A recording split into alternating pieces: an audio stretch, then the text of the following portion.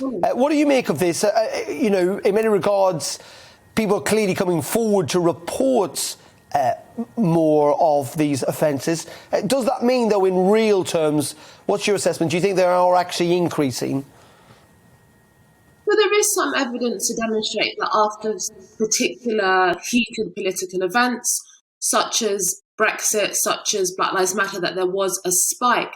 But I definitely think we need to really drill down into the statistics. So a lot of the reporting has been comparing it to 2013, which isn't really a long enough scope. I really wish we did have the data from decades ago. But actually, there was quite a significant transformation, as Paul mentioned, in how hate crimes are reported. So, for example, it became much more subjective. The actual definition of a hate crime focuses very much on the perception that it is motivated by hostility and prejudice.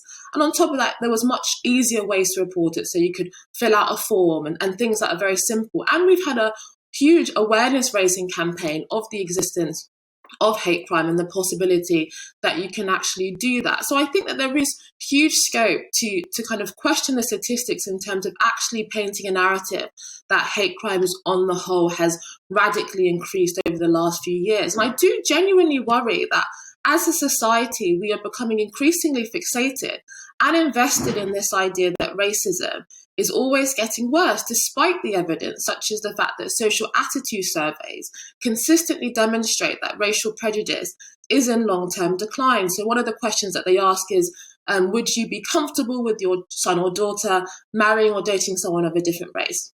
In the UK, that figure is hugely, hugely minuscule, whereas decades ago, that was actually quite high. And when it comes to those statistics and that data, which show how we fundamentally changed our perception when it comes to people that are perceived of as different, that doesn't necessarily make the headlines as strongly as ones like this. I mean, some of the findings in the report were really interesting. So initially at the beginning, the report suggests that there was a kind of increase in reports of hate crime because of sort of anti-Asian sentiment as we went into lockdown, and kind of the rhetoric around it being a sort of a Chinese virus, especially targeting kind of Southeast Asian communities. Darren pointed out earlier that there was an increase in kind of tensions between English and Welsh people as kind of as sort of different lockdowns were opened up across the border. Were there any sort of findings that particularly surprised you when you were reading it?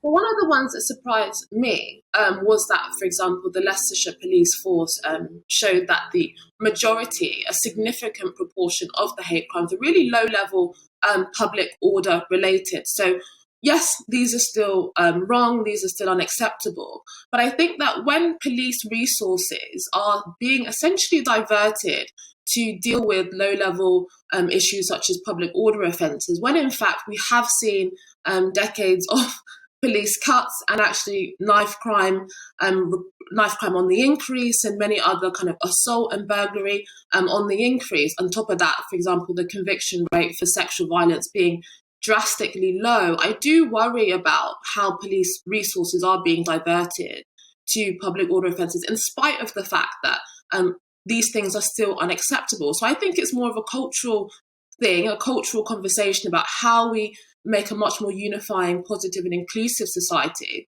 and not necessarily have police funds being used to investigate things that sometimes can be very subjective and very difficult to actually nail down.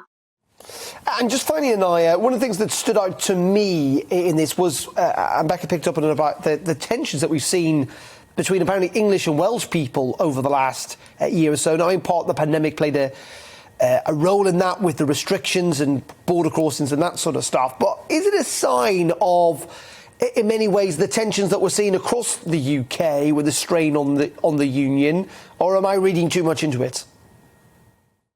Well, I think it is interesting that the hate crimes have illuminated the range of different things that can be considered a hate crime. I think too often we assume that it's only to do with, black and white or Muslims or anti-Semitism, which are actually quite big problems in the country. But actually, we do find as well that there are other tensions, ethnic tensions within this country that can actually be fed into this hate crime dynamic.